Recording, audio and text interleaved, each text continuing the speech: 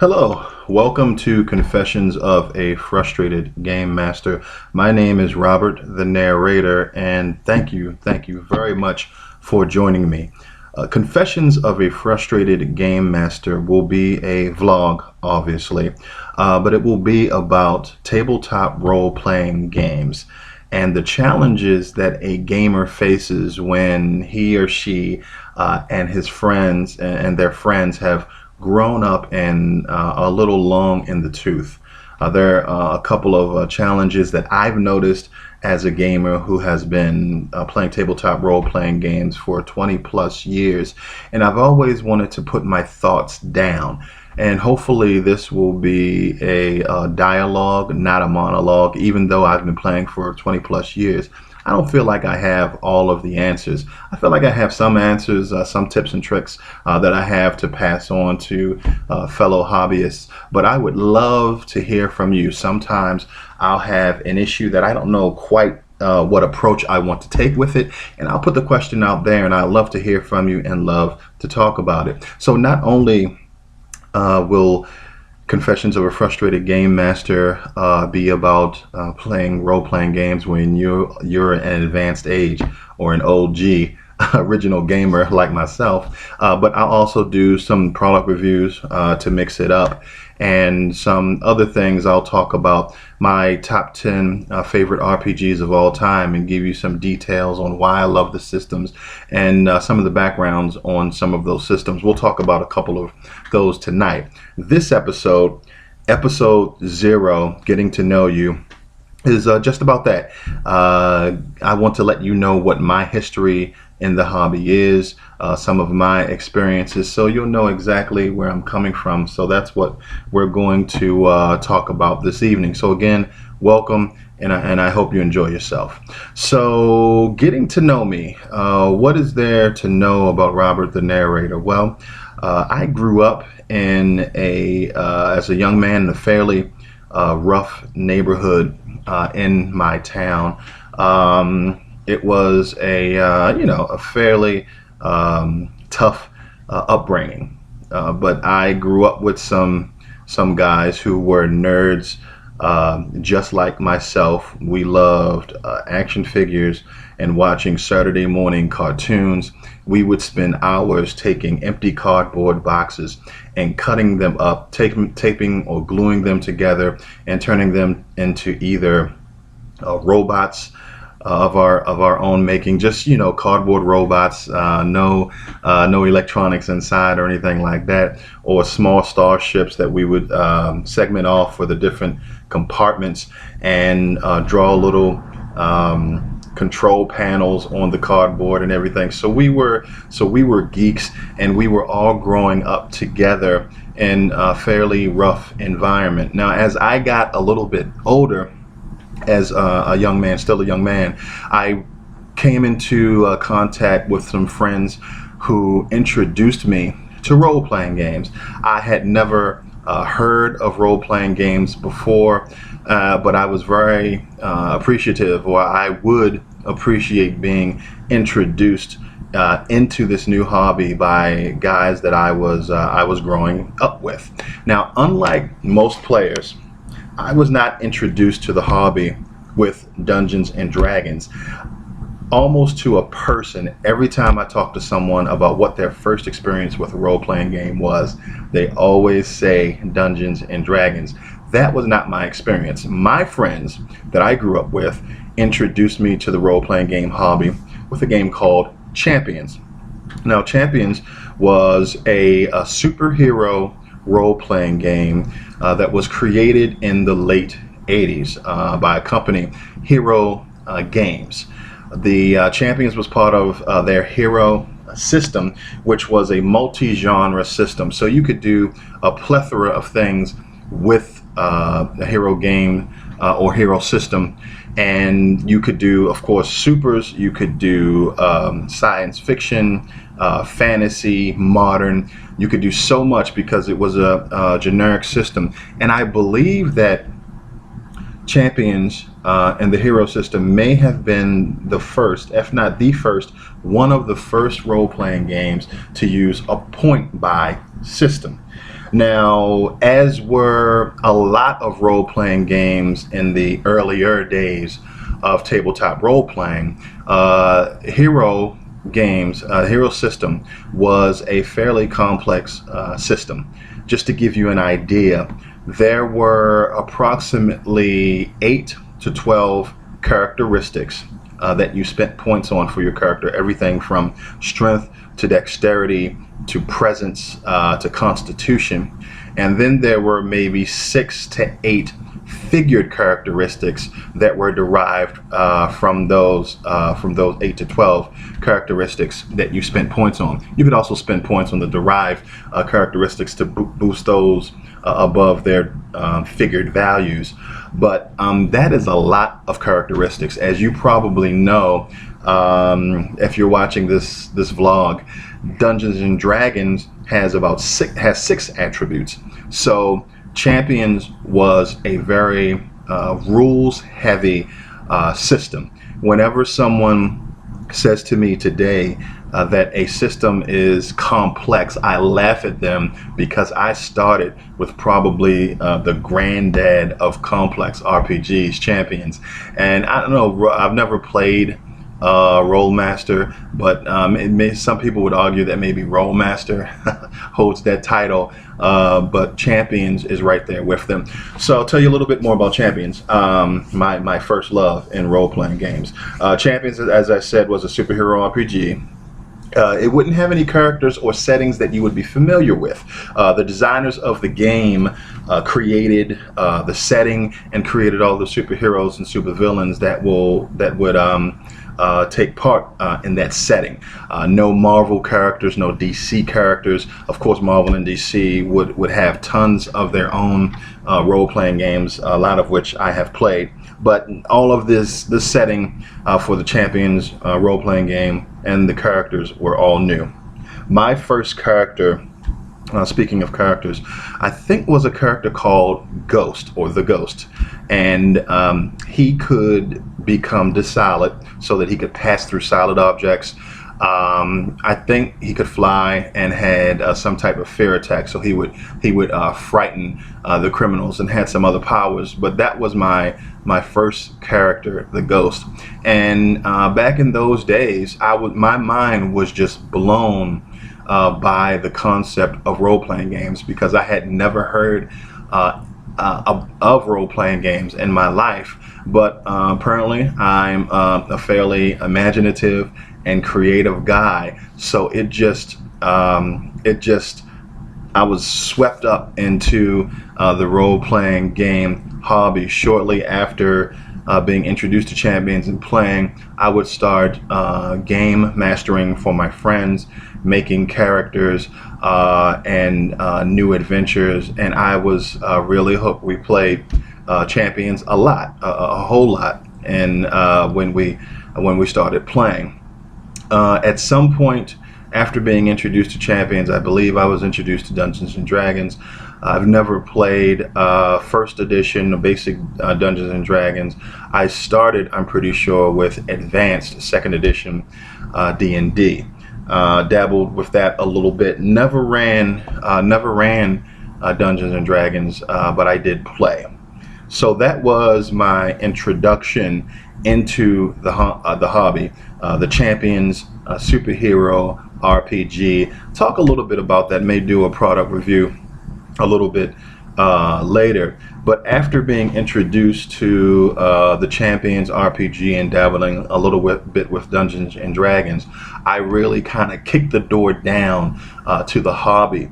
When I later on, a few years past starting playing role-playing games, I joined a role-playing game or gaming club in my area called Globe.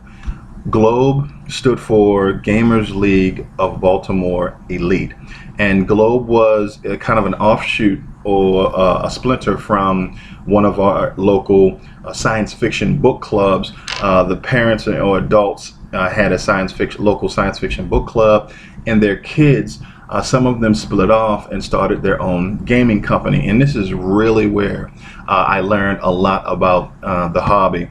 because as a member of Globe, I was exposed to tons of games. Amber, Diceless, role-playing, Shadowrun, Cyberpunk, Vampire, The Masquerade, Werewolf, The Apocalypse, Marvel Superheroes, role-playing game by TSR, or FASERIP as they call it, which is still a well-regarded superhero RPG. So I was really exposed to a ton of games and made some great friends through Globe. Some friends, as a matter of fact, who still make up my core, the core group of friends that I role play with. So it was really an interesting time for me, and really where I got my my feet wet and got some great experience being a player and a game master. Now, after that period of being involved with Globe, I just stayed in the hobby, and my interest in role-playing games and games of all sorts just grew and grew and grew, and I slowly started to have a couple of games that I really enjoyed. I'll tell you about those now. My top 10 favorite list of all time. Of all of the games that I have played, as I mentioned, Amber, Diceless, Vampire the Masquerade, Cyberpunk, Shadowrun, and just tons of other games, I would have to say that the game that is my number one favorite of all time, it's not Champions. Champions is number two. My favorite role-playing game of all time, I would have to say, is the fantasy role-playing game Earthdawn. Now, Earthdawn was created by the same company, FASA, that created Shadowrun. Earthdawn came out just before FASA went out of business. And Earthdawn was what I would like to say, I guess an accurate description, a post-apocalyptic fantasy role-playing game. And the reason I was drawn to Earthdawn, the first reason is because I had never really seen a role-playing game you have its attributes rated with all of the different polyhedral dice, D6, D8, D10, D12. So that was the first time, of course, D6 Star Wars used D6s to rate their attributes, but never a game that I had experienced which used all of the different polyhedral dice to rate your character's attributes. That was mind-blowing for me. The other thing that drew me to the Earthdawn role-playing game was the fact that at the time, Dungeons and Dragons had a stigma of being a role-playing game that overly concentrated on killing things and taking their stuff.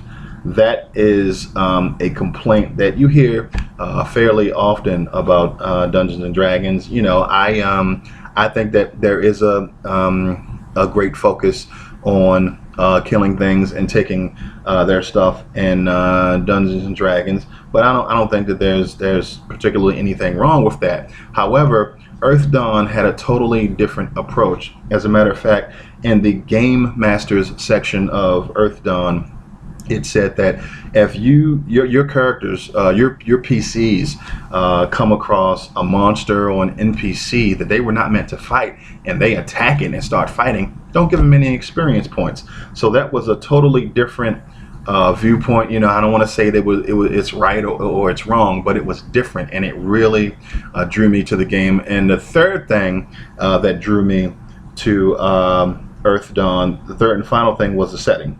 The setting was amazing and different. As I said, it was a post-apocalyptic fantasy RPG, which I had never seen before, and it made a lot of sense for how there could be all of these different dungeons for people to to explore, and why adventurers went out and delved into these hidden away places, these underground dungeons. The setting kind of made that make sense, because in Earth Dawn, the adventures took place in a place called, on a continent called Barsave, and in the world of Earth Dawn, the magic had a cycle. When magic was low or at its baseline level, everything was okay, and the denizens of Barsave could live normal lives. And of course, you had your standard fantasy races, elves, dwarves, orcs, and trolls. And then you had some unique fantasy races. I guess this is the fourth thing. I said it was only three. That also made Earth Dawn interesting to me, is they had a PC race that was a rock men.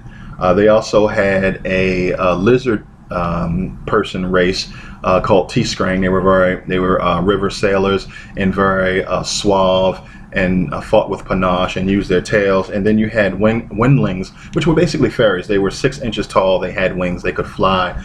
And that's the first time that I've seen any races like that in a fantasy RPG that could be played by PCs. So that's something else that drew me to the game. So when magic was at its baseline level, life was normal in this world. But there were periods of time that lasted hundreds of years, called the Scourge, where the level of magic in the world would become very, very high. And when it was that magic was that high of a level, creatures, horrific creatures called horrors, very malevolent, powerful beings, could leave the astral dimension and come into the real world.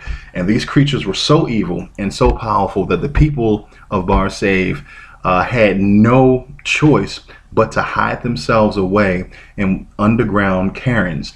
And they would protect the entrances and the walls with magical runes, so that the horrors could not kill them, could not corrupt them. And the horrors would, of course, just devastate the landscape and attempt to enter these underground cities to get access to the name giver races. That's what the PC races were called, name givers, because they gave everything names, which gives certain things power. But anyway, so the inhabitants of Barsave had to hide themselves away for hundreds of years while the Scourge was going on. Then magic would cycle back, go back down to its lower levels. The most powerful and dangerous of the horrors would be forced back into their astral dimension, and then the denizens of Barsave could come out of their underground cities. Of course, some of the defenses of these underground cities were breached by the horrors, some were not. And so that's why it makes sense that you have all of these dungeons filled with treasures, because the name giver races had to hide away for hundreds of years and survive and wait out the Scourge. So Earth Dawn was just it was just incredible. I had never seen anything like it. I ran so much of it. You didn't get the feeling from Earth Dawn that it was about, just killing things and taking their stuff. The world was really rich and detailed. The magic system was incredible. I don't want to give away too many details, because I'm going to have an episode where I'm going to talk more in detail about Earth Dawn, because hey, it is the #1 favorite RPG of all time in my eyes. It's on the top of my list. Champions is #2, and as I said, I think I'm going to go through most of my top 10 lists. It'll build up some episodes and give some more details on these settings and why I love them. So that is a brief breakdown of my background in the hobby, starting with Champions, joining a game club of like-minded individuals where I picked up some friends who I still game with to this day, and then finding a really playing tons of different games, but finding a really outstanding game, Earth Dawn, that wound up being the top of my list of favorites of all time. So I think to finish things up, I'll talk about my current gaming life. As I mentioned, I think earlier, in the earlier days of the hobby, there were a ton of games that were really rules heavy and not as elegant as the RPGs are today. I think a majority of role-playing games were really rules heavy. And right now, I am a guy who is firmly in the rules medium camp. That's the sweet spot for me. I don't like rules. Well, I don't prefer rules-like games because I think that they have so few mechanics that gameplay becomes really repetitive. I don't have the stomach really for rules-heavy games because it's really difficult to get beginners to get them at your table and interested in role playing because they're so complex. And so right in the middle between rules light narrative games and rules heavy mechanically heavy games is really the sweet spot for me, because I love story and I love mechanics. I like a little bit of fiddly bits with my mechanics that keeps the game interesting and doesn't make it seem repetitive, but not so much that a beginner can't sit down and learn the game. So that's where I am right now. So some of the games that I loved as a younger guy, Shadowrun, Champions, and other games are really too rules heavy for me right now as in my gaming life. So strangely enough, in the last 2.5 years or so, I have sat down with some friends and I have run Shadowrun. I've run Shadowrun 5th edition. I think they're up to 6th edition right now, and I just couldn't do it. The massive dice pools and the fact that you have to roll to hit, and then you roll to dodge, and then you roll to soak the damage that gets through. It was really too much for me, and I enjoyed reading the fiction. I enjoyed relearning the game, and there's some aspects of the system that I love. I've always loved the setting. Shadowrun is on my top 10 list of favorite RPGs of all time, but I just couldn't go back to it. It's just too rules heavy of a game. Just like Shadowrun, the last couple of years, excuse me, I've played Champions a couple of times.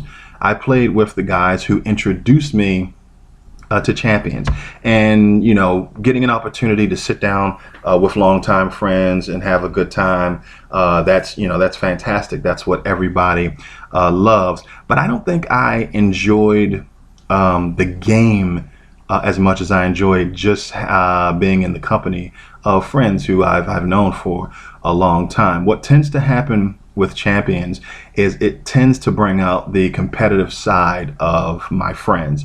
It really becomes a character pissing contest. As I said, with Champions, you build your character from the ground up with points. So you can build anything you want in Champions. If you can imagine it, you can build it. You just have to know how to do it. And that could also be, for me at least, a downside of the game, where you have your options are almost infinite. And it brung out the competitive side of my friends. I have one friend that says, well, I have armor, and I have another friend that says, oh yeah, well, I have armor piercing attacks, which will defeat that. And my friend will say, well, I have hardened my armor so that your armor piercing doesn't work. Well, I have multiple levels of armor piercing. Well, I have and it just became a pissing contest where they were trying to outdo each other more than play the game. So it kind of reminded me why Champions is I really can't Can't get into it right now as much as I did when I was a younger man. But after that, for a couple of weeks, I played with a group at my friendly local game store, and it was a completely different experience. I really enjoyed it. I enjoyed the game a great deal because the guys that I was playing with, they weren't having a pissing contest. It was all about the story and the game and having fun. So it's a different experience. You know, nothing beats hanging out and having fun and joking around with your friends. So I would say that that side of the experience, you know, you really can't compete with. But if you want to sit down and just enjoy a game and not be going at each other, the experience that I had with Champions in my local game store was a little bit better. And I would say that that reminds me that, and this is a lesson that I've learned before, and it's in the back of my mind, but it's, you know, never at the forefront of my thought, that regardless of mechanics, you can enjoy a game if you're in the right group or you have the right combination of players. So even though today I'm a rules medium kind of guy, I love rules medium games, I can play a game like Champions, and with the right group and with the right focus, I can enjoy myself. And I guess that may be a lesson, some knowledge that I will kick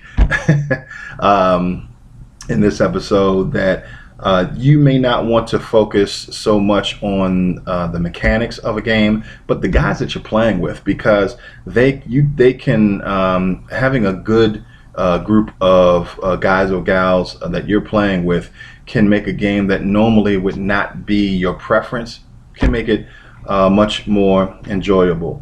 So yeah, that is my entire story, starting 20 plus years ago with Champions, falling in love with tons of games, including Earthdawn, a post-apocalyptic role-playing game, and finally, you know, 20 plus years later, settling down and being a guy who is really interested in easy to learn, easy to understand games that still have a little bit of depth. And these days I am playing games like Monte Cook's Numenera, or their Cypher System role-playing game. I find that really easy to run, and I've fallen in love with that. Star Wars Edge of the Empire, I've fallen in love with that system. It has the right mix of narrative and fiddly bits that I like. Role-playing games like D&D 5th edition, I love what they've done with the new Dungeons and Dragons. Maybe sometime I'll have an episode where I'll talk about that. So that is where I am, and I hope that you will join me again. You've heard something that you can relate to, and you'll come back and check out my other episodes. Hope that you've enjoyed yourself, and thank you for giving me a listen and a watch. And hopefully I will see you again. This is Robert, the narrator, for Confessions of a Frustrated Game Master, and thank you very much. Good night or good morning, wherever you are.